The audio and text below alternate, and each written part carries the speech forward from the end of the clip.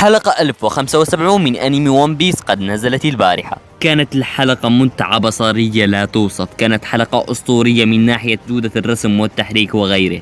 آخر ما قدمه لنا طاقم العمل الحالي في استوديو ون بيس، ولكن الآن طاقم العمل قد تم تغييره، منهم من اتجه إلى استوديوهات ثانية ومنهم من بقي في الاستوديو نفسه وقد عمل على أعمال أخرى. أتمنى أن يقدم طاقم العمل الحالي المتعة الذي كان يقدمها طاقم العمل القديم. أثبت لنا كايدو في هذه الحلقة أنه لا يزال في جعبته المزيد، قد أظهر لنا طورا جديد من تحولاته وهو تنين الناري. أجل تنين الناري كان أسطوريا يا جماعة. نتيجة المعركة التي دامت ل4 سنوات ما بين اليونكو قبعة القش واليونكو كايدو على وشك النهاية، وفي الحلقة القادمة سوف تحسم النتيجة.